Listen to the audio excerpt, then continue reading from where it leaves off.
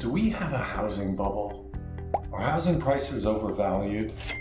Well, if I listen to a lot of what I'm told from day to day, I might believe that. There's a lot of newscasters and news stories that I read out there that would lead people to believe that.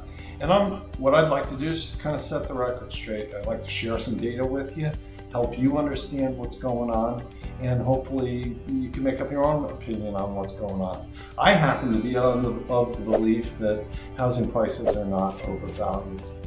It's pretty well documented that over the course of time, you can expect to get about a 4% increase in the value of your home year over year. And if you go back and you look at the housing data and average home prices over the course of time, this will show you that. In fact, I have a chart here that goes back to 1990, and over the course of the first bit of this chart, you can see that we tracked along very closely with 4% return on investment over that time. Then there was the Great Recession, the things that led up to the financial crash, and then the financial crash itself. And one of the direct results of what happened during the Great Recession was home prices were impacted significantly. The values of homes dropped quite a bit. During that time, interest rates were also dropped very low. They're trying to stimulate the economy and trying to get things going again. And there were a lot of things that went on, and that the ripple effect of all the shenanigans that went on back in the mid-2000s took quite a while to correct themselves with regards to home prices. But here we are, back around 2020 and so, property values actually got above the trend line. But if you look here, we're nowhere near as overvalued as we were back in 2005.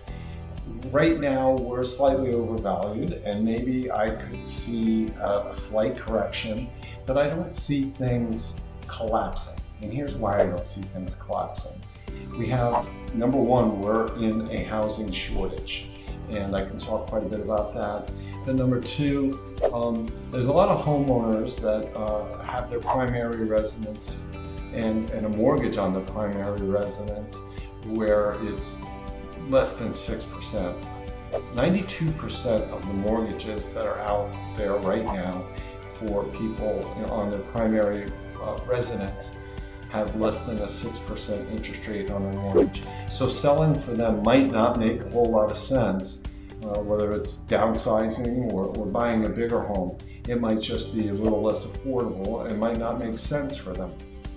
So we have a housing shortage. So let's talk about that. So number one, during the period of time directly beginning at the Great Recession, what happened was new construction got really scaled back. And during a period of time over the next 10 years or so, we developed a shortage of about 4 million homes nationwide.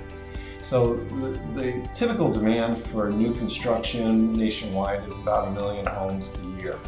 And when new construction got scaled back year over year for that period of time, we developed a shortage of about 4 million homes.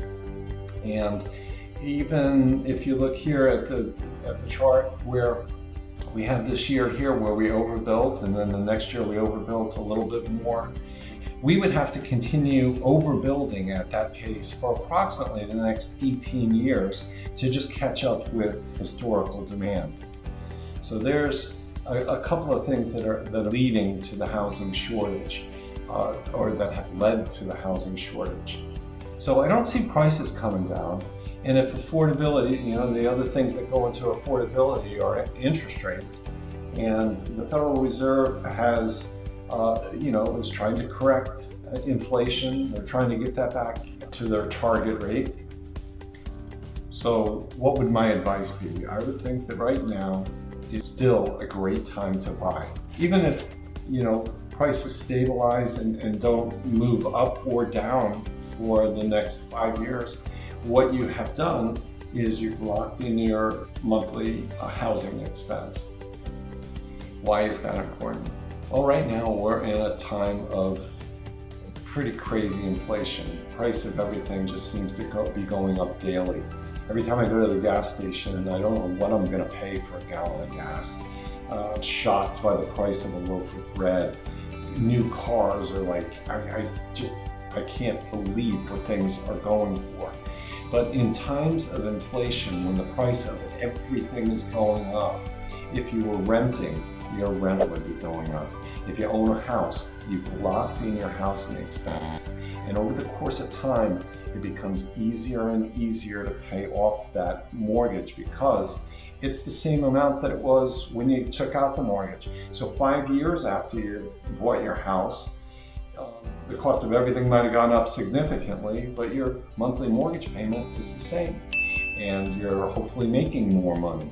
And in 10 years and in 20 years, it's the same thing. It just becomes a very small percentage of your take-home pay that you're paying to your housing expense. And then ultimately, in about 30 years, you've paid off the house. You have this nice asset, this great thing that's worth something. And, oh, by the way, you need some place to live. So if you're going to be making somebody rich, you might as well be making yourself rich and not somebody else. And those are my thoughts. Leave your comments in the comments below. I'd love to hear them.